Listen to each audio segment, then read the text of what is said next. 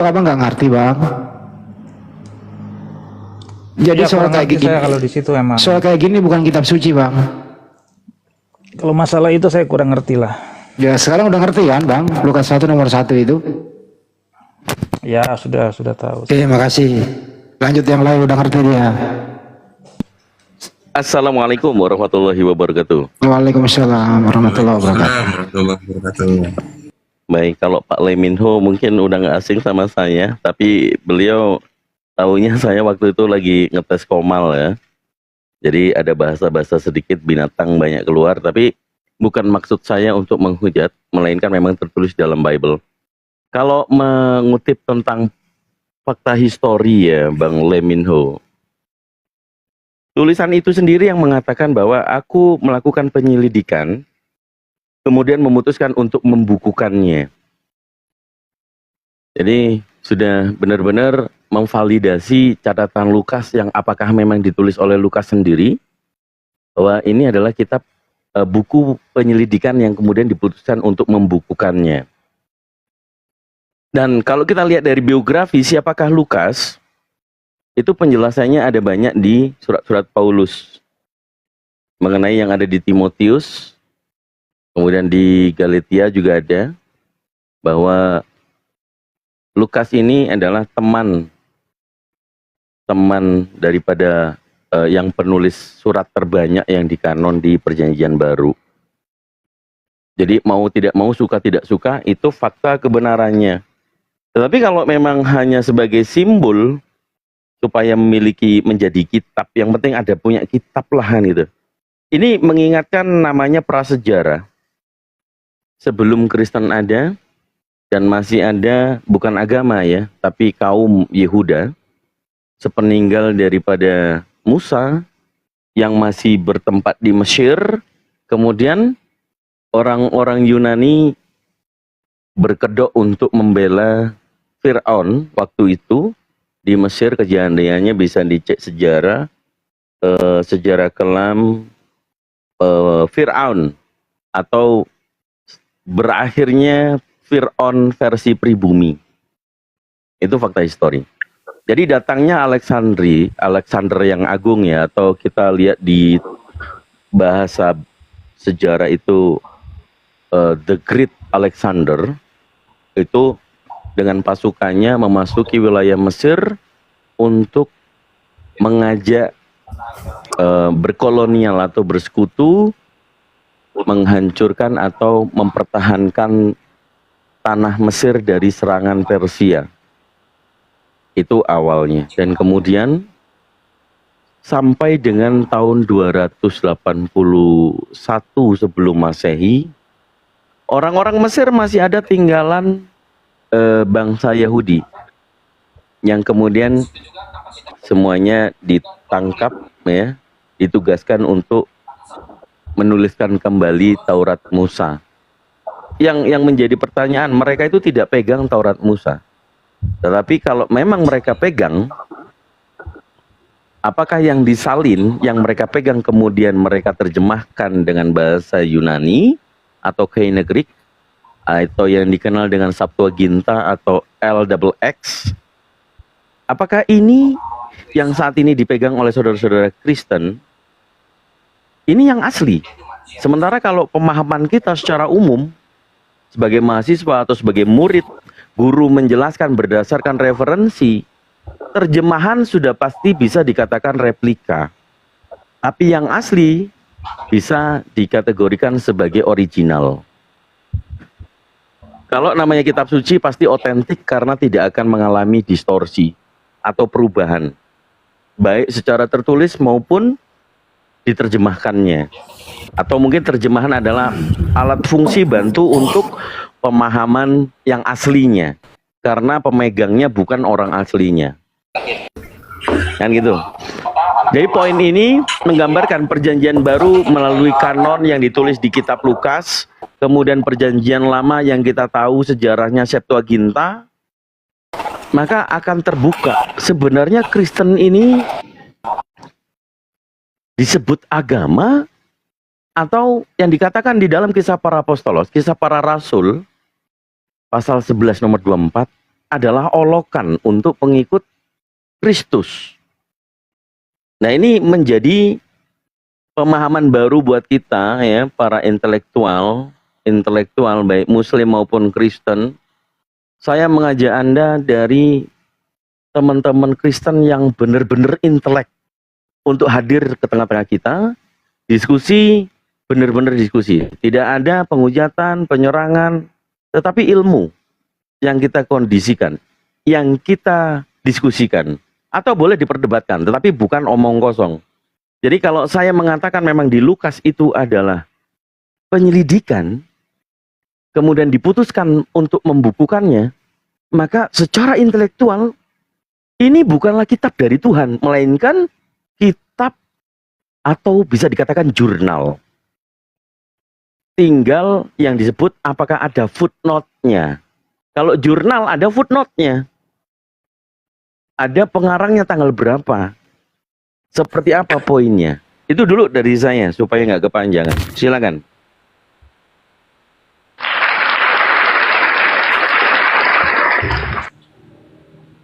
Ya, karena memang diakui kalau kitab yang dipegang oleh orang Kristen memang adalah sudah terjemahan, bukan yang otentik.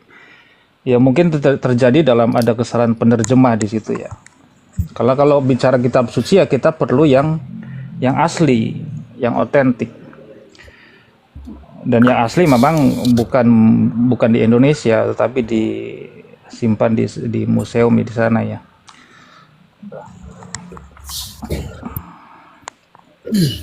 Dan bicara tentang Alkitab yang dipegang oleh kami orang Kristen memang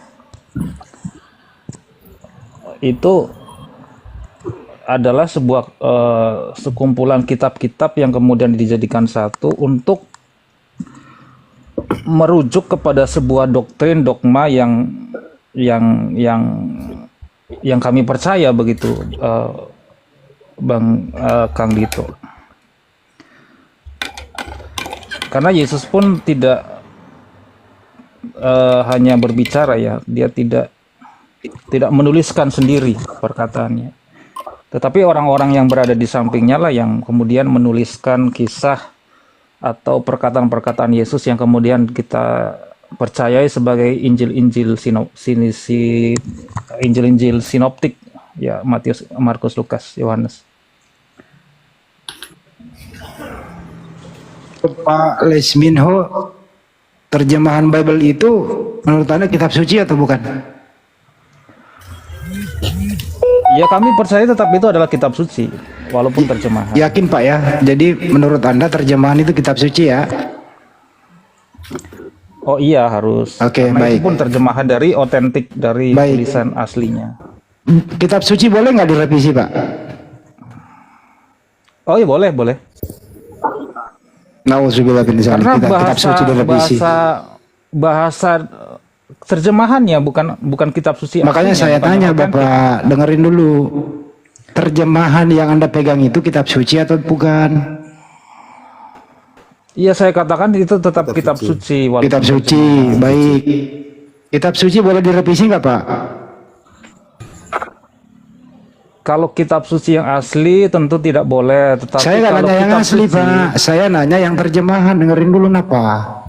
Terjemahan yang Anda pegang itu kitab suci atau bukan? Silakan. Kitab suci. Kitab suci, baik. Kitab suci boleh direvisi atau tidak? Boleh. Boleh. direvisi. Kenapa kitab suci direvisi Pak? Apa alasannya? Karena antara bahasa tahun 2000 dengan bahasa tahun 1910 itu pasti berbeda. Oke, baik. Ambil contoh langsung ya. Dulu Yohanes 13:13 itu Pak, kamu memanggil aku guru dan Tuhan. Terus dirubah menjadi guru dan Tuhan.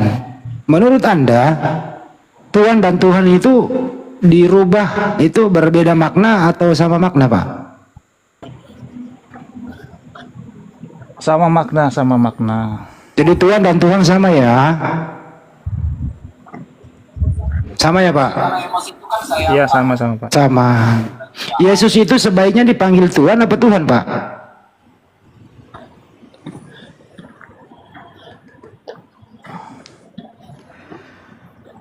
Ya, bisa dua-duanya Pak. Bisa dua-duanya, baik. Kalau bapaknya Yesus itu yang mengutus dia bisa dipanggil Tuhan apa Tuhan?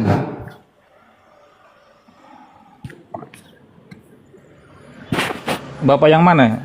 Bapak Yesus, kan ada yang mengutus Yesus, bapakku, bapakku gitu. Bisa nggak dipanggil dia Tuhan? Ya bisa tuh. Oke, oke, oke. Kalau Anda sendiri bisa nggak dipanggil Tuhan dan Tuhan? Anda ini Pak Minto ini. Oh ya, nggak, jangan Pak. Anda kan Tuhan dan Tuhan sama Pak. Ya janganlah, saya kan nggak punya apa-apa juga kan. Saya bukan pemilik. Saya juga Oke, bukan penulis Bible penguasa. lah. Lukas lah. Lukas itu bisa dipanggil Tuhan dan Tuhan ya? Ya bisa. Bisa, oke. Jadi Lukas ini Tuhan juga ya. Paulus Tuhan, Matius Tuhan gitu ya. Ya bisa. Oke, bisa. Saya nggak maksa Bapak loh untuk pintar Pak.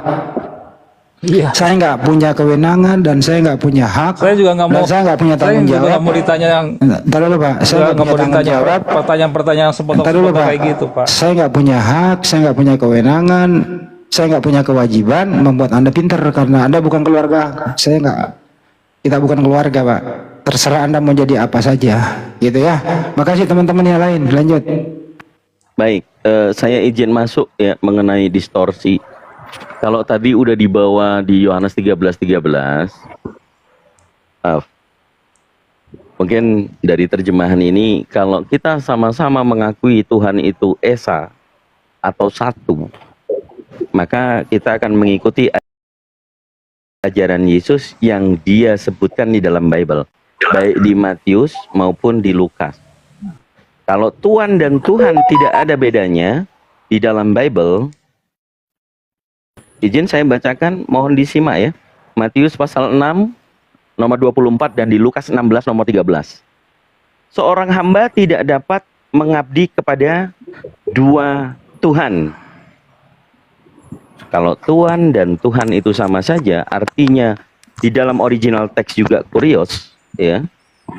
Kurios di sini atau kurie di dua dalil ini, Matius 6 nomor 24 dan Lukas 16 nomor 13, ini sama isinya. Seorang hamba tidak dapat mengabdi kepada dua Tuhan, karena jika demikian ia akan membenci yang seorang dan mengasihi yang lain, atau ia akan setia kepada seorang yang tidak mengindahkan yang lain. Nah, poinnya di sini nih, kesimpulannya. Kalau saya lihat seorang itu juga mungkin salah terjemah ya. Kamu tidak dapat mengabdi kepada Allah dan kepada Mamon. Jadi kalau Tuhan maupun Tuhan versi kita, bukan Yesus, ya apapun bisa dituhankan. Tapi Yesus sendiri mengatakan kalau seorang hamba itu tidak dapat mengabdi atau menyembah kepada dua Tuhan. Jadi ajaran Yesus ini monoistik, bukan pagan yang melibatkan perantara yang dituhankan, padahal dia tahu Tuhan pencipta langit dan bumi. Seperti halnya Yesus mengajarkan di dalam Bible, Matius 11 nomor 25, aku bersyukur kepadamu ya Bapa, Tuhan pencipta langit dan bumi. Jelas, Yesus bertuhan ternyata. Tapi kalau persepsi teman-teman Kristen menuhankan Yesus, ini perkataan Yesus sendiri. Kalau ada dua Tuhan, itu tidak dikehendaki. Ajarannya adalah, kalau kamu tidak dapat mengabdi kepada Allah dan kepada duit. Jadi harus satu. Pengajaran doa kepada 12 murid tentang hidup yang kekal atau akhirat, kelak tidak ada kematian lagi, mereka mengenal engkau satu-satunya Allah. Dan aku, Yesus Kristus, adalah utusan. Mesias itu di mana-mana memang seorang yang diurapi, atau nabi itu adalah utusan Tuhan. Manusia yang diutus oleh Tuhan untuk kaumnya disebut nabi. Kalau rasul ini membawa risalah. Setiap nabi belum tentu dia rasul, tapi setiap rasul sudah pasti nabi. Nah, kalau kita berlakukan kepada Paulus, Paulus mengaku dirinya rasul, pasti dia juga nabi. Nabi daerah mana dia? Tuhan yang mana yang mengutus dia? Kalau ternyata kita baca di Roma pasal 1 nomor 1, dari Paulus, hamba Kristus Yesus. Ingat, Kristus itu artinya yang diurapi. Kalau Yesus Kristus, Yesus yang diurapi. Kalau Kristus Yesus yang diurapi, Yesus. Maka sedikit demi sedikit kita diskusi, mau di arah mana? Kritik teks, kristologi, atau distorsi dari tulisan-tulisan baik Lukas maupun Paulus. Kalau berbicara tentang deuterokanonika, perjanjian baru, Yakobus, Ibrani, dan kitab Wahyu sampai sekarang belum final. Apakah itu firman Tuhan atau bukan? Mari kita mau ambil di mana diskusi kita. Silakan. Saya menantang teman-teman Kristen yang berintelektual ya, bukan hanya polemik atau ya bahasa kasarnya omong kosong begitu ya.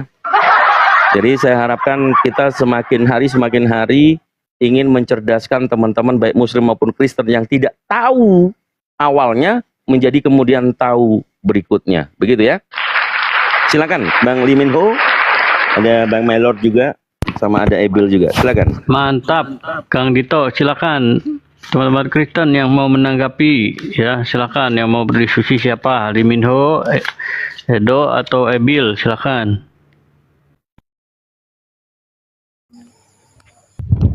Ya, terima kasih.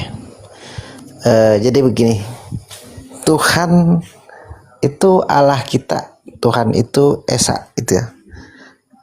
Adonai adalah Elohim Bukan kita. kopinya Pak, Tuhan dan Tuhan itu sama apa beda? Itu dulu Pak.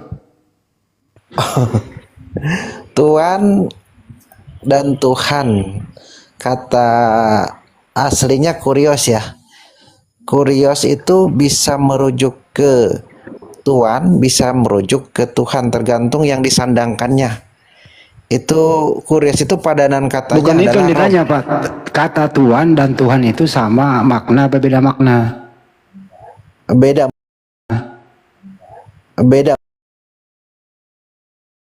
mungkin ya. Beda, makasih. Lanjut. Sama deh, sama. Ah, sama. Sama. Misalnya gini. Oh, sama. Oh, ragu. Bisa gini. Ya. Bisa gini. Siapakah tuan dari rumah itu? Berarti kan siapa penguasa rumah itu gitu kan ya? Enggak usah dah Bang, enggak. Jadi Tuhan dan Tuhan sama. Jadi Anda boleh saya panggil Tuhan dong. Karena ada Tuhan Iya, juga. Tuhan itu artinya kan penguasa atau pemilik kan? Ya, baik. Jadi Anda Tuhan ya. Iya, penguasa atau Oke, pemilik. baik. Udah cukup, Anda juga Tuhan. Makasih. Iya. Lanjut. Lanjut ya. Jadi ketika ada perkataan bahwa Tuhan kita Esa, ya betul, Tuhan memang Esa, yaitu Sang Bapa, betul. Terus kenapa Yesus juga dituhankan? Nah, cara nyembah Bapa adalah dengan mentaati yang disampaikan dan diajarkan. Terus kalau oleh gitu Yesus. pertanyaannya Tuhannya Kristen ada berapa? Oke, gini. Tuhan kami adalah satu, yaitu Yesus. Bapak bukan Tuhan. Yang Bapa adalah Tuhannya Yesus. Oh, berarti ada dua Tuhan. Kalau seluruh umat Kristen menyembahnya kepada Yesus. Iya, berarti Bapak Tuhan, Yesus Tuhan, tapi Anda enggak hanya Anda menyembah kepada Yesus, Bapak enggak kan gitu. Iya, karena Ya, baik. hierarkinya Pokoknya adalah kalau gue kan itu Tuhannya dua, tapi dia nggak sembah satu. hierarkinya Gitu. adalah yang kami sembah adalah Yesus. Nanti Yesus yang akan menyembah ke Bapa gitu. Makasih kejujurannya Bang. Kalau jujur kayak gini enak loh diskusinya. Lanjut. Silakan Tuhan Dito menanggapi, silakan. Iya, mungkin tadi Bro My Lord baru datang tidak menyimak. Yesus sendiri mengajarkan itu monoteis. Monoteis itu Iya, apa? betul. Mengajarkan Bahwa kalau Tuhannya Yesus ada kan dua Bapa. Tuhan. Sebentar.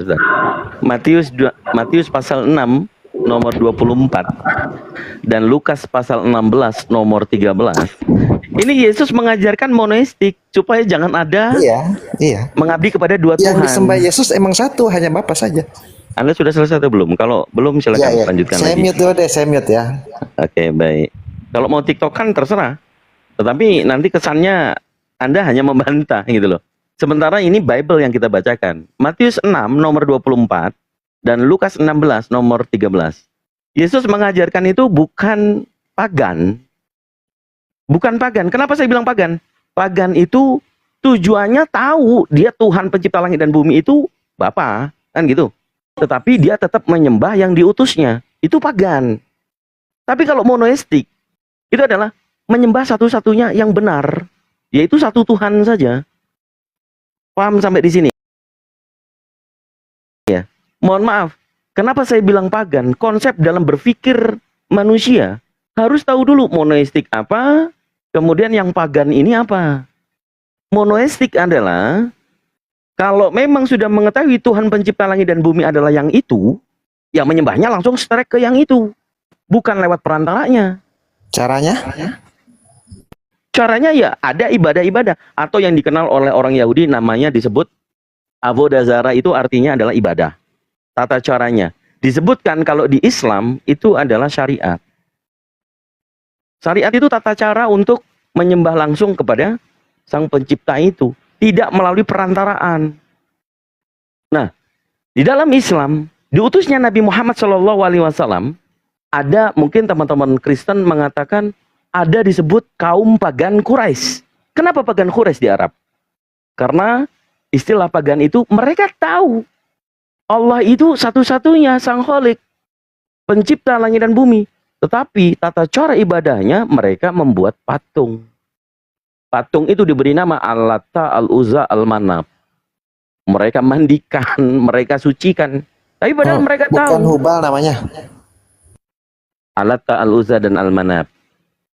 Kalau Hubal itu dewa yang disebut di Perjanjian Lama itu Baal. Oh, Baal, ya, ya. Nah, ini beda konteks, ya. Baik, dari sini pemahaman tentang paganisme, mereka itu tahu Tuhan pencipta langit dan bumi itu satu. Kalau dua, pasti akan berantem itu Tuhan. Satu menciptakan, satu mau memusnahkan. Pola berpikir manusia, kalau tadi dikatakan oleh Yesus, kalau memiliki dua Tuhan, itu tidak diperkenankan untuk menyembah bapaknya dan menyembah uang, mamon. Itu ajaran Yesus monoistik. Tapi kalau Anda masih berpikir Yesus setelah mengajarkan begitu, justru Anda menuhankan Yesus. Ini kan yang disimpangkan oleh buku-buku surat-surat Paulus, termasuk Lukas dan di mana lagi? Lukas, kisah-kisahnya yang surat-surat Paulus, Ibrani juga, Wahyu juga, itu masih disebut Deuterokanonika Perjanjian Baru yang dikutip oleh Martin Luther, tapi tidak mengambil Deuterokanonika Perjanjian Lama yang punyanya orang Katolik. Hanya karena alasan waktu itu belum ditemukan yang original teks yang berbahasa Hebrew. Makanya nggak diambil sama Martin Luther. Setelah munculnya naskah Laut Mati, wah itu semakin mempererat Bible kanonikanya orang Katolik. Nah, sampai di sini dulu. Tetapi poin kita adalah Tuan atau Tuhan. Anda sudah kerangka berpikirnya udah salah. Kalau yang punya rumah itu manusia itu Tuhan, maka KBBI ini harus digugat. KBBI adalah kaidah bahasa Indonesia tertinggi parameternya untuk di negara kita. Apa definisi Tuhan? Sesembahan, maha. Enggak. Maha. Jadi Tuhan itu kan pemilik atau penguasa. Kalau Tuhan dia pemilik di antara para pemilik, penguasa di atasnya para penguasa, itu Tuhan. Salah juga itu. Dengerin ya. Semua laki-laki yang sudah akil balik atau dewasa lah, remaja sampai ke aki-aki, yang masuk rumah sakit semua dipanggil Tuhan, nggak ada dipanggil Tuhan. Coba aja dikasih resa sama dokter, pasti Tuhan. Betul TN. Gitu ya. Iya. Gitu Iya. ya. Pemilik Jadi, atau penguasa itu bahasa Bentar dulu, Arabnya bentar dulu. roh kan? Jadi perbedaan Tuhan dan Tuhan itu sangat signifikan. Tuhan itu untuk laki-laki. Kalau Tuhan itu untuk yang disembah. Nah, melangkah ke selanjutnya, siapa nama Tuhan itu?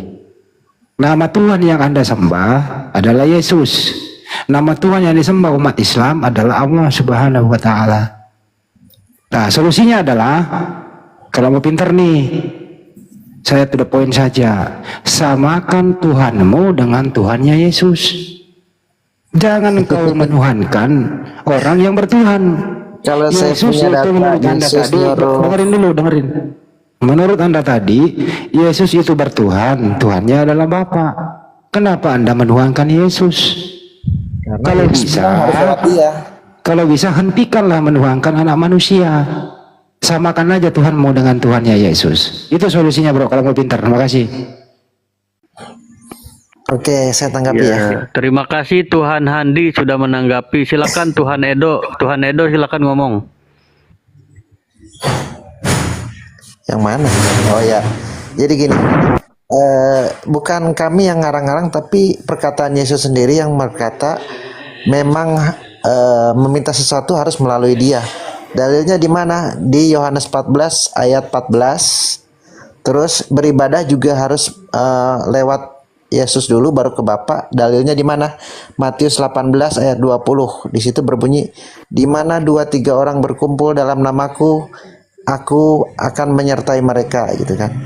Terus Yohanes 14 ayat 14. Jika kamu meminta sesuatu dalam namaku, berdoa kepadaku, maka aku akan melakukannya dan memberitakannya kepada Bapa.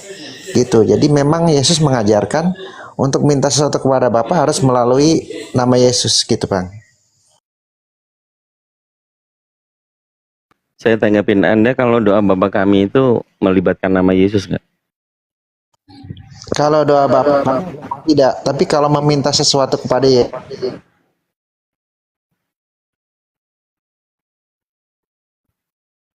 Kenapa? Kenapa termute? ya. Jadi di Yohanes 14 ayat 14, Yesus mengajarkan bahwa jika kalian meminta sesuatu kepadaku dalam namaku, maka aku akan melakukannya dan akan memintakannya kepada Bapa. Gitu. Jadi Yesus memang mengajarkan kalau berdoa Tentukan aja dulu melalui deh Dia. Tuhannya. Bro, Tuhannya Yesus siapa? Tuhannya Yesus Bapa. Tuhan kamu siapa? Yesus. Sama nggak Tuhanmu dengan Tuhannya Yesus? Ya, kami hierarkinya begitu, Bang. Saya ulang kembali. Artinya orang Kristen Dengerin harus bahasa Indonesia nih, saya nggak ada waktu mengimam lama. kepada Yesus. Yesus akan Dengerin. mengimam kepada Bapa. Dengerin. Tuhannya Yesus Bapa. Tuhan kamu Yesus. Pertanyaannya, Tuhan kamu Ya. dan Tuhannya Yesus sama atau beda? Ya, hierarki tertinggi memang Bapa, tapi urutan Astagfirullah, saya ulang hierarkinya, lagi. urutan hierarkinya adalah apakah Tuhanmu Tuhan orang dan Kristen dengerin. adalah Yesus. Apakah Tuhanmu, Gitu. dengerin sederhana pertanyaannya, apakah Tuhanmu dan Tuhannya Yesus sama? A sama, B beda. Kalau yang tertingginya sama, yaitu Bapa. Tuhan kamu namanya siapa? Yang paling tertingginya Bapa. Tadi Yesus katanya, kok rubah Tuhan sih lu? Jadi untuk nyembah Bapa melalui Yesus. Saya nggak nanya bagaimana cara menyembah. Yang saya tanya yang mana yang kau sembah. Yesus. Saya ulang ya. Siapa Tuhanmu? Yesus. Yesus. Tuhannya Yesus siapa? Bapa. Tuhanmu dan Tuhannya Yesus sama apa beda? Beda. Beda. Ya udah cukup. Selesai, lanjut. Susah amat sih diskusi. Lanjut. Makasih kan itu. Iya. Ya. Saya bacakan dalil ya. Kalau ditanya dalil ada di 1 Korintus 15 ayat 27-28. Itu tulisan Paulus, bukan pengajaran Yesus. Sabar. Kalau mau mengambil ajaran yang dituliskan oleh Paulus, sementara akan men-take down atau mengkanter perkataan Yesus sendiri, ini saya nggak tahu Anda ini pengikut Yesus atau Kristus yang dikenal sama Paulus. Saya nggak tahu nih. Tapi kembali lagi, saya coba bacakan dalil dulu. Doa Bapa kami itu tertuang di dalam pasal 6 ya, Matius pasal 6 nomor 5. Itu tentang pengajaran Yesus mengajarkan kepada murid-murid dan juga pembaca Bible Matius. Di sini tidak ada sebutlah namaku. Tidak ada Iya, itu kan menyebut belum. namaku. Iya, belum, itu belum. Saya tidak berbicara setelahnya belum atau tidak. Perkataan Yesus mengajarkan doa Bapa kami kepada murid-muridnya dan juga pembaca. Anda tiba-tiba nyeletuk itu belum. Iya, Kata karena belum di yang keluar. Matius 18 ayat 20 baca lagi deh. Ini lagi kita berbicara Matius 6 tentang doa Bapa kami. Iya, itu sebelumnya itu kan. Loh, kok bantahan Anda itu mendegradasi dalil ini loh. Lah setelah itu kan Yesus ngomong lagi, Bang. Ini pengajaran doa Bapa kami digunakan dari dalil ini tidak? Digunakan dalam ibadah juga diucapkan. Aduh, macam kalau ini digunakan ada nggak disebutkan nama Yesus? Nah, dalam doa Bapa kami setiap ibadah dibacakan pada awal ibadah. Oke, kalau dibacakan di dalil ini ada tidak nama Yesus? Nah, itu belum ada pada saat itu. Tapi saat ketika memohon sesuatu Kenapa? baru ada. Kelihatan banget gitu loh, kelihatan banget. Ini perkataan Yesus ya. Dari Ya. pasal 6 nomor 5 sampai dengan nomor 15, Yesus yang berbicara dan dia tidak pernah melibatkan namanya. Iya, emang belum. Ya, kan itu yang saya katakan. Iya, kan masih ada terusannya. Yang terusannya adalah tentang hal puasa.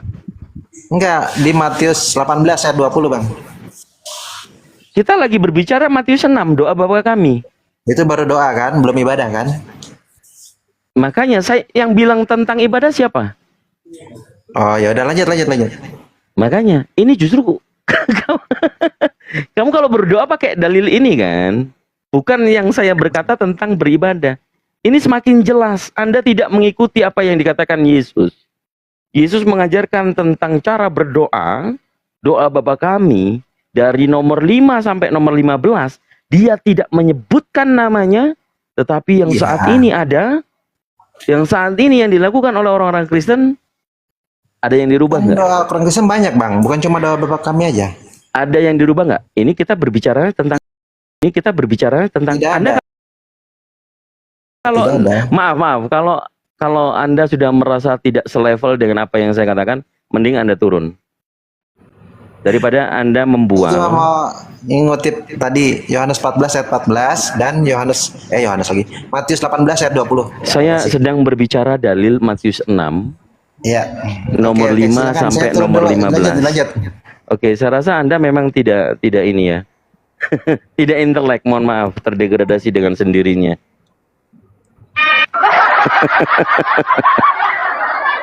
Jadi kalau kita sedang membahas tentang doa Bapa kami, tidak ada nama Yesus, terus kemudian itu nanti belum. Ini berbicara apa? Jadi mohon maaf, memang saya rasa tidak tepat kita berbicara dengan orang yang mungkin beda level dengan kita. Oke, silakan yang naik. Ini ada Nita ya. Silakan Nita, apa yang dikeluhkan? Nggak begitu. Itu semua orang Kristen kalau berdoa itu harus dalam nama Yesus. Doa apapun. Jadi doa Bapa kami juga, walaupun tidak ada nama Yesusnya, itu harus ada atau ada iman kepada Yesus. Yang mengharuskan siapa? Halo Bapak. Di mana Allah Bapak berkata? Karena gini, di dalam Alkitab ya sebenarnya ya. Karena kalau manusia berdosa mau datang kepada Bapa begitu saja tanpa jasa penebusan Kristus, dia tidak akan diterima. Waduh, udah ke doktrin. Jadi kalau Mohon maaf, misalnya- saya pangkas dulu. Kita tidak berbicara tentang doktrin. Doktrin Anda dengan teman-teman Kristen yang lain pasti berbeda. Jadi kita berbicara tentang hal yang general secara Kristen. Poin yang saya ambil adalah Matius pasal 6 dari nomor 5 sampai nomor 15. Yesus mengajarkan doa Bapa kami. Apakah kalian diajarkan secara tidak langsung kalau kalian baca doa Bapa kami harusnya mengikuti perkataan Yesus atau tadi yang Anda sebutkan? Silakan. Semua yang diajarkan dalam Alkitab itu yang pokok-pokok itu kebanyakan doktrinal. Dan kalau bicara mengenai doa itu ada doktrinnya. Nggak bisa kita berdoa begitu saja. Kan namanya berdoa itu kan mau diterima Tuhan kan. Bukan yang semua orang di dunia ini yang namanya orang Kristen berdoa. Tapi yang mana yang diterima Tuhan? Itu kan yang penting kan. Saya rasa Anda bukan dari sisi akademis dan Anda tidak berintelek. Mohon maaf ya. Mungkin teman-teman yang lain, silakan. Karena saya berbicara nggak mungkin saya mengulang lagi. Kita lagi bahas tentang doa Bapa kami. Di situ tidak ada tertulis nama Yesus. Bahkan Yesus yang berbicara. Jadi konteks kita ini lagi berada di dalam Dan doa teks. Bapa kami ini bukan doa yang harus diucapkan selalu dalam ibadah. Dalam gereja saya itu minggu nggak diucapkan. Mohon maaf ya Bu ya. Anda cuman omong kosong saya rasa. Mending dibawa aja. Mohon maaf Bu. Mending Anda telepon pastor atau pendeta Anda suruh naik ke sini ya. Anda cuma omong kosong di sini. Mohon maaf. Nah, lalu jawaban apa yang kamu mau? Saya tidak menantikan jawaban. Justru saya ingin mendengarkan orang-orang yang memang intelek, lagi tahu bahasan apa yang kita lagi bahas tentang di dalam Bible, Matius 6, nomor 5 sampai 15. Anda ngeblur kemana-mana. Anda tidak berada di dalam posisi apa yang kita bicarakan. Lebih baik Anda turun daripada Gini ya, yang mempermalukan. harus kamu tahu doa Bapa kami ini sebenarnya bukannya Oke, kalau pakem yang sebenarnya orang Kristen parameter tuh ulang-ulang. sebenarnya, oke, kalau parameter Tapi, sebenarnya, Bukan kamu Kalau- yang ngajarin orang Kristen yang Kalau kasih tahu parameter kamu salah. sebenarnya, yang Tapi tidak doa sebenarnya Bapa bagaimana? kami ini adalah urutan atau contoh bagaimana berdoa dengan benar kepada Bapa. Ini kan yang itu pertama ini kan merubah ada dalil yang ada di dalam pujian Bible atau kepada tidak? Bapa. Merubah dalil yang ada di Bible atau tidak? Doa Bapa kami? Ya Iya. tidak dong. Kalau tidak, Anda coba sebutkan doa Bapa kami yang Anda lakukan, ada nama Yesus atau tidak? Kita orang Kristen kalau berdoa itu bisa kepada salah satu daripada pribadi Allah Tritunggal itu. Ke teologis. Ini Pasti. nggak mengertinya. Anda tidak mengerti dalam kamu konsep yang diskusi nggak di sini. mengerti. Anda kalau tolol, kalau bodoh, sudah saya permalukan Anda turun. Yang namanya Jangan orang membantah. Kristen bukan Jadi cuma sembarang kata orang, kalian tapi kalau juga harus hanya belajar mengatakan Alkitab, bahwa gitu loh. diskusi di sini tentang di dalam teks Bible, bukan kerana pemahaman teologis Anda. Saya katakan tadi, warna doktrin Teologis Anda. itu asalnya dari kata theo, ada Tuhan ya. Ilmu Ngomong mengenai Tuhan. apa Kalau sih bicara ini? Alkitab itu bicara mengenai Tuhan Coba, Allah. gini, Bu. Anda STT, gelar sarjana STT nggak? Kalau nggak, mending turun deh. Ngomong teologis Anda STT tanpa... juga banyak Iya. yang penting dalam kekristenan bukan gelar. Itu yang kamu nggak ngerti. Parah. Ya, kalau dalam Omong kekristenan yang kosong. penting Bu orangnya Nita. sudah lahir Bu baru Nita, atau kau belum, cuman sudah omong percaya kosong. atau belum. Cuman omong kosong. Kristen seperti Anda omong kosong, mempermalukan diri Anda sendiri, lebih baik turun. Nah, itu namanya framing. Memang Bukan kamu framing, nggak- Anda memang omong kosong. Kalau semua jawaban yang kamu nggak Anda bisa omong terima, kosong. kamu, Anda itu kamu balas hanya dengan kata, omon-omon kamu saja. tidak tahu apa-apa. Anda hanya Oh, seorang kamu cuma bicara. doktrin. Maunya apa? Udah dibawain aja, tendangannya udah nggak intelek dia. Kok diskusi kok nggak ada berhentinya ngoceh, gimana sih ini ibu ini? Ngotot kan nggak ada isinya gitu. Coba moderator mungkin diganti dengan yang lain, coba yang intelek gitu loh, yang bisa diajak diskusi, bukan bertahan kemudian omong kosong gitu, nggak ada poin. Kang Dito sudah saya jadikan moderator, Kang Dito. Oh iya, Nggak berfungsi ya? Nggak ada moderator kita, kurang nggak ada. contengannya. Iya, saya pakai aplikasi baru ini Bang Hendy. Dikasih tadi. Uji coba ini nanti Rungkat. Ya, Bu jadi Naiti. maaf ya Bu ya, Bu Nita mending dibawa Bu, nyimak belajarnya. Jangan karena iman Anda naik ke atas kemudian ngomong nggak ada isi. Mohon maaf ya.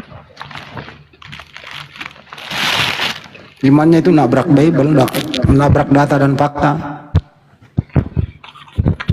Di sini Bu nggak diskusi iman, tapi diskusi by data, berbahasa Indonesia yang nyambung gitu loh. Jujur. Kalau soal iman mah Ibu ya nggak usah didiskusikan lah.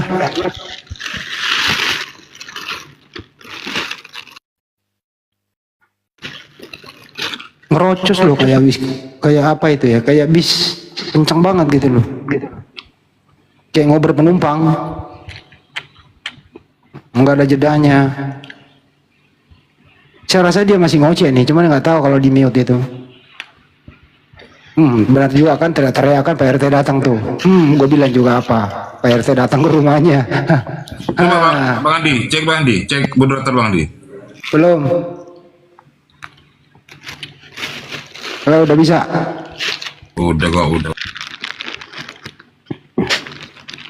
Cuman tampilannya kok susah ya, berubah-berubah ya. Iya, dari tadi saya cek ini dari tampilannya. Pak Arif, kalau begini macamnya ya, saya nggak datang lagi. Dan Bapak juga jangan undang-undang saya. Percuma, saya naik ngomong apa juga pasti dibantah gitu loh. Ya udah turun Dan aja. dibalut dengan Anda kata-kata. Gini Nita. Silakan Anda yang kuasai temanya apa, biar nanti kita diskusikan itu. Silakan, temanya apa yang kau kuasai. Sebelum ke Silakan, tema, izin salam dulu ya. Assalamualaikum warahmatullahi wabarakatuh. Waalaikumsalam. Waalaikumsalam warahmatullahi wabarakatuh. Ya Mbak Nita, silakan. Tema yang Anda kuasai apa gitu, kemudian didiskusikan. Lanjut yang tadi juga nggak apa-apa. Cuman kalau saya jawab itu jangan dibilang, oh ini doktrin, oh ini bukan. Ya dengerin jawaban saya. Enggak, pakai data, masalahnya itu pakai data kan. Pakai data, jangan asumsi maksudnya gitu. Coba pakai data, Bu. Apa yang dilakukan Kan tadi saya Yesus? Dengerin, Bu. Apa yang dilakukan Yesus waktu ada di muka bumi ini menunjukkan dirinya adalah Tuhan. Coba pakai data, Bu. Tunggu sebentar. Dia mengampuni dosa. Yesus mengampuni dosa. Yakin Yesus yang mengampuni dosa? Ya. Di usia berapa dia tuh mengampuni dosa, Bu?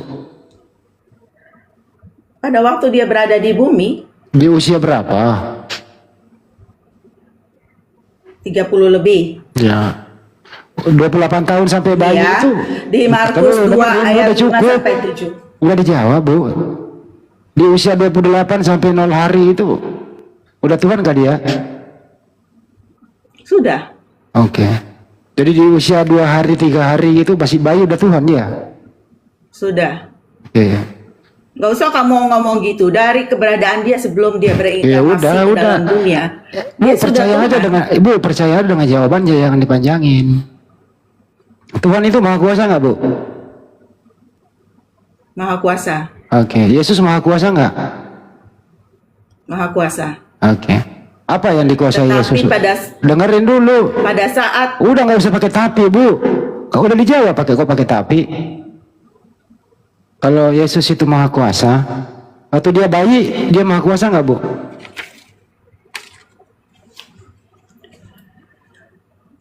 maha kuasa. Apa yang dikuasai Yesus waktu bayi? Karena dia kan Allah yang berinkarnasi menjadi Iya, manusia. apa yang dikuasai waktu bayi, Bu?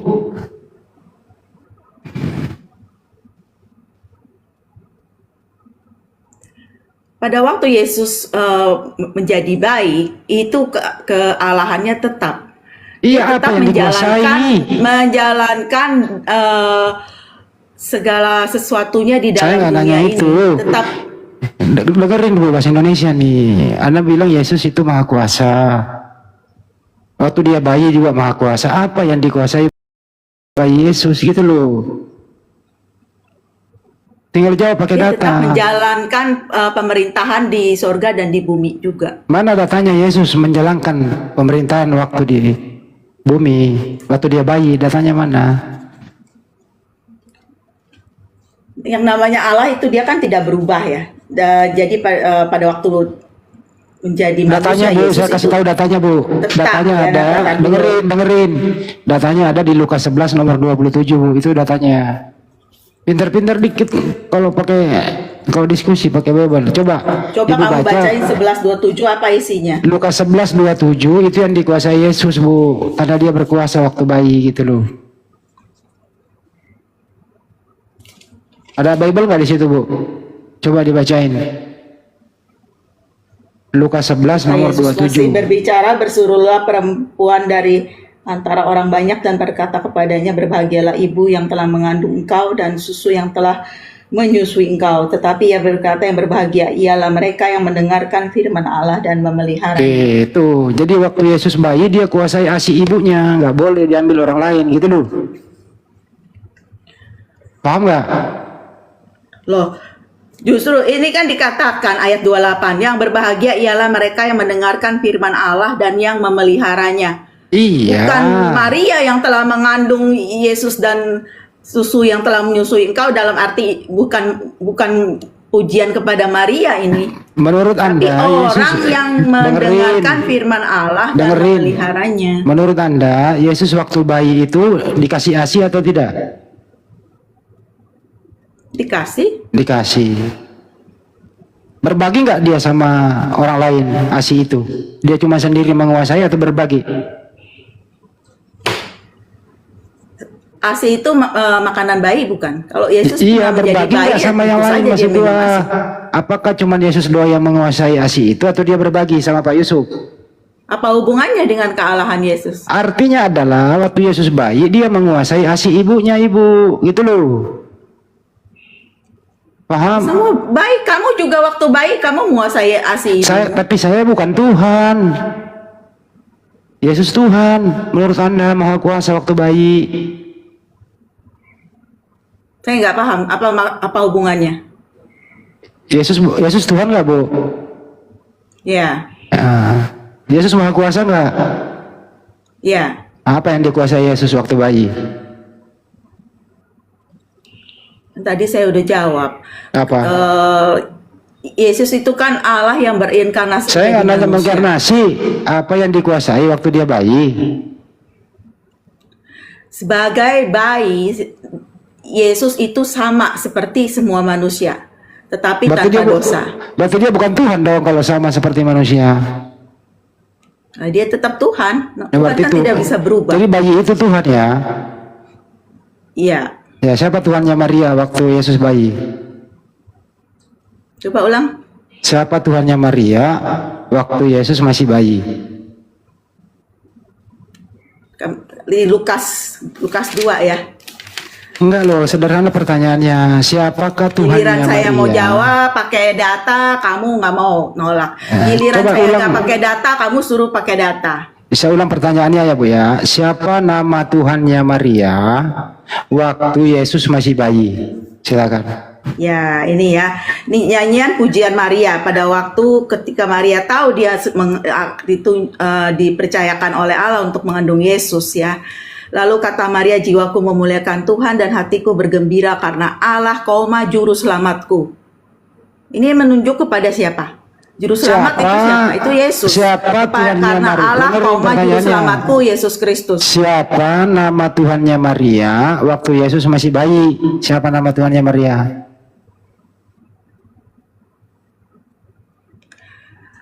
Kalau kamu tanya Tuhannya Maria, itu yang namanya Tuhan itu orang Yahudi kenal itu dengan nama Yahweh.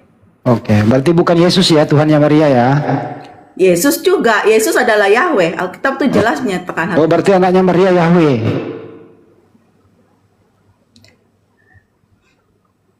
Anaknya Anaknya- Maria secara manusia diberi nama Yesus. Oke. Ya, tetapi kan Yesus juga adalah Allah yang Oh, berarti anaknya berinkarnasi. Maria ada dua. Dia adalah Yahweh itu sendiri juga. Berarti anaknya Maria ada berapa sih? Ada dua apa satu?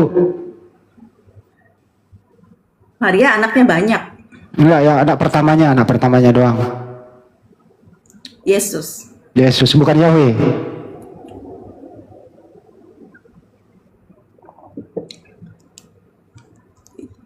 Kalau Yahweh itu kan Allah ya, yang Allah yang dikenal oleh orang Yahudi. Ya saya nggak nanya Yahudi. Siapa Tuhannya Maria waktu Yesus masih bayi? Maria orang Yahudi kan, dia Iya. menyembah Yahweh. Oke, Yahweh. Berarti Tuhannya Maria bukan Yesus ya? Yesus adalah Yahweh. Alkitab jelas menyatakan hal itu. Oke, berarti anaknya Maria Yahweh ya? Tapi nggak bisa dibilang bahwa anak Maria Yahweh ya. Maria Ya, katanya, kalau gitu Maria Yesus, sebagai manusia dia lihat bahwa Yesus adalah anaknya, tapi dia di dalam nyanyian pujiannya ini karena Yesus dia di dan, bawah dengerin Mbak, Yesus dan Yahweh itu beda atau sama? sama. Sama. Berarti anaknya Maria bisa Yesus, bisa Yahweh kan sama, betul? Tapi Alkitab itu menyatakan anak Maria adalah Yesus. Bukan Yahweh. Kalau Yesus adalah juga adalah anak Allah. Gini aja deh, Tuhan Ibu Nita dengan Tuhannya Maria sama nggak? Sama. Tuhannya Ibu Nita siapa? Yesus, Allah Bapa, Yesus. Roh Kudus, Tuhan kamu berapa kok? 3? satu. Siapa kalau 1? Ya Allah Tritunggal atau Yahweh. Kok 3? Yahweh itu kalau mempelajari Alkitab, Yahweh terdiri dari 3 pribadi. Pribadinya siapa aja? Allah Bapa, Allah Anak, dan Roh Kudus. Ada berapa pribadi itu? 3 pribadi. Berarti 3 Tuhan. Satu hakikat, satu Tuhan berarti. Kalau satu Tuhan Allah itu namanya Esa. siapa? Yahweh. Yesus bukan Tuhan ya? Kalau dalam perjanjian lama itu Yahweh ya. Oke. Tapi Kalau- Alkitab perjanjian baru itu terjemahkan sebagai kalau bahasa Inggris Lord, kalau bahasa Indonesia Tuhan. Ya, di perjanjian lama siapa Tuhannya? Yahweh. Yahweh. Di perjanjian baru siapa yang Tuhan? Nah, orang perjanjian baru setelah Kristus naik ke surga itu yang percaya itu memanggil dan percaya Yesus itu sebagai Allah. Oke, dengerin dulu ya Bu ya. Yesus kan pernah hidup nih. Sebelum ada Yesus, dilahirkan Maria, siapa Tuhan yang sebenarnya? Yesus pernah hidup, lalu kenapa? Sebelum Yesus lahir di muka bumi, atau sebelum Yesus Bunda Maria mengandung, siapa Tuhannya Bani Israel waktu itu? Yahweh. Yahweh. Sesudah Bunda Maria mengandung melahirkan Yesus, siapa Tuhannya Bani Israel waktu itu? Yahweh tetap. Berarti nggak ada yang menuhankan Yesus.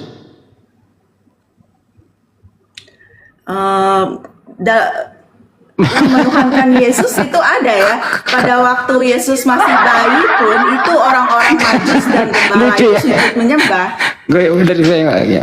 Dengerin dulu. Iya. Kan kamu bilang waktu masih bayi. Yang masih bayi, waktu Yesus masih bayi kan tidak banyak yang kenal dia kan, kecuali ayah dan ibunya. Nah, tapi Alkitab mencatat bahwa orang Majus dan para gembala itu sujud menyembah di hadapan Yesus. Dan buat orang-orang zaman dulu itu, apalagi orang Yahudi, kalau bukan Allah itu tidak boleh sujud menyembah. Gini loh Bu ya, contoh Bu Nita ya. Misalnya contoh nih, bayi Yesus lagi tidur nih, habis dikasih ASI tidur toh. Nah, terus Bunda Maria ingin berdoa nih, ingin menyembah Tuhannya. Menyembah Tuhan yang mana nih? Bayi yang sedang tidur atau bukan?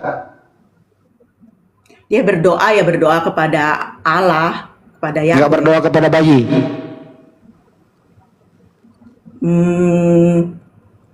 Saya rasa enggak ya. Enggak Saya ya. Maria berdoa kepada Allah ya. Berarti Kepada Yahweh.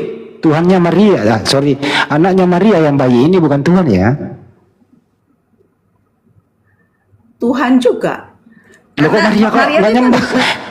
Kok Tuhan juga, kok Maria nggak nyembah bayi? Saya tidak tahu kapan Maria itu mulai percaya kepada Ini Yesus. sebenarnya ya. yang salah Tuhan Anda atau Maria nih yang salah Tuhan? Kamu yang nggak ngerti. Coba kasih pengertian.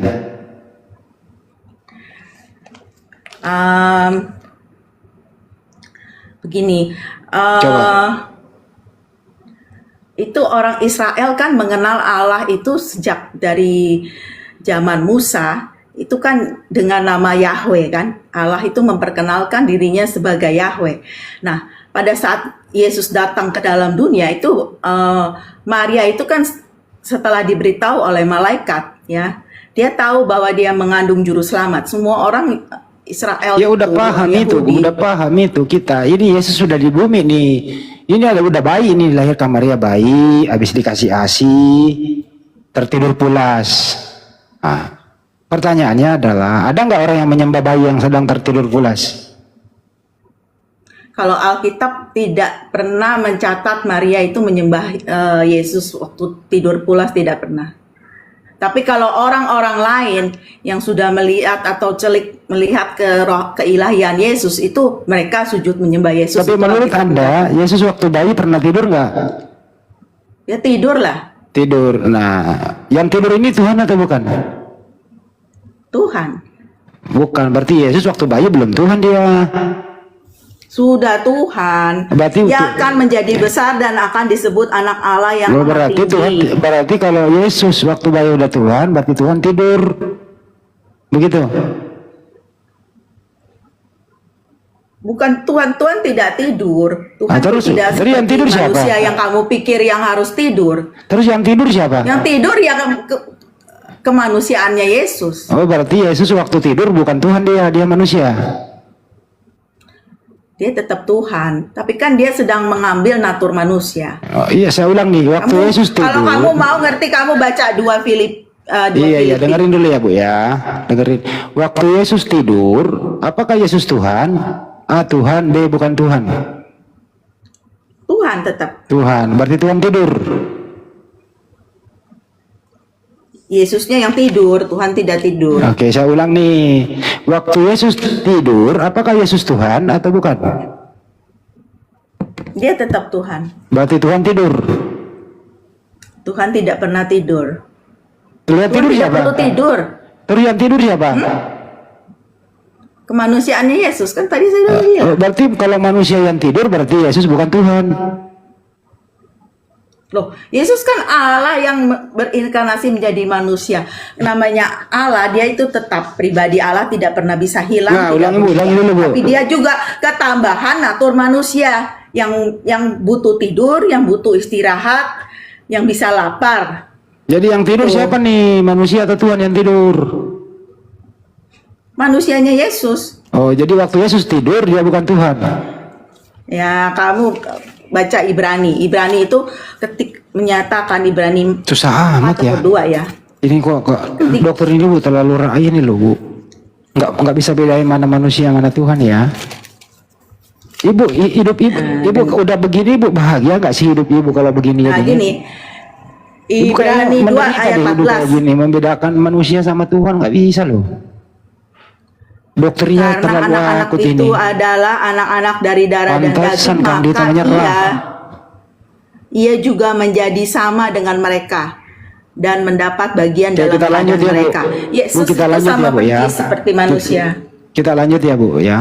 Saya jadi orang Kristen, saya nggak pernah mikir ribet-ribet kayak kamu. Kamu aja yang mikirnya yang Iya ibu kamu memang kamu yang sebenarnya tidak bahagia. Saya sih bahagia. Iya nggak apa-apa Ibu bahagia, tapi kok bahagianya kok menderita banget gitu, nggak bisa bahasa Indonesia tuh Namanya orang bahagia nggak menderita dong. Oh gitu ya. Terus Bu, saya ulang ya. Yang tidur itu A manusia, B Tuhan. Yang tidur manusia Yesus kan saya udah bilang. Oke. Yang Berarti yang tidur itu manusia Yesus, berarti Yesus bukan Tuhan. Tuhan, Berarti Tuhan tidur. dia tetap Tuhan, Pak. Bapak mesti paham, Yesus itu terdiri dari 2 pribadi pada saat dia menjadi manusia. Pribadi Allah itu kan tetap, tapi dia Saya nggak nanya ketambahan Allah, saya natur nanya manusia. Yesus lagi tidur. Nah, yang tidur itu manusia atau Tuhan? Manusia. Pada waktu Yesus disalib, yang mati juga manusianya yang mati. Oke, Tuhan baik tidak kita bisa kesalib. Kita kesalib ya. Yang disalib itu manusia atau Tuhan? Manusia dan Tuhan. Berarti Tuhan disalib. Siapa yang nyalib Tuhan? Tuhan Yesus disalib. Hah? Siapa yang nyalib Tuhan? Orang-orang Yahudi. Apa salahnya Tuhan disalib? Tidak ada salah. Boleh nggak nyalib orang yang tidak bersalah? Tidak boleh, dosa kan? Terus kalau tidak boleh, siapa yang membolehkan?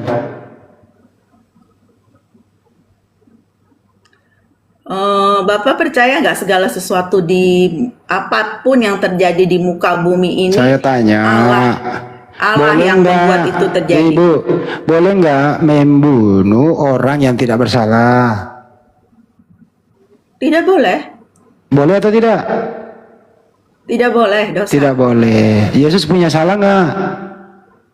Tidak ada salahnya, dia tidak ada dosa. Terus yang mati di tiang salib siapa? Yesus. Saya ulang mundur lagi, boleh nggak membunuh orang tidak bersalah?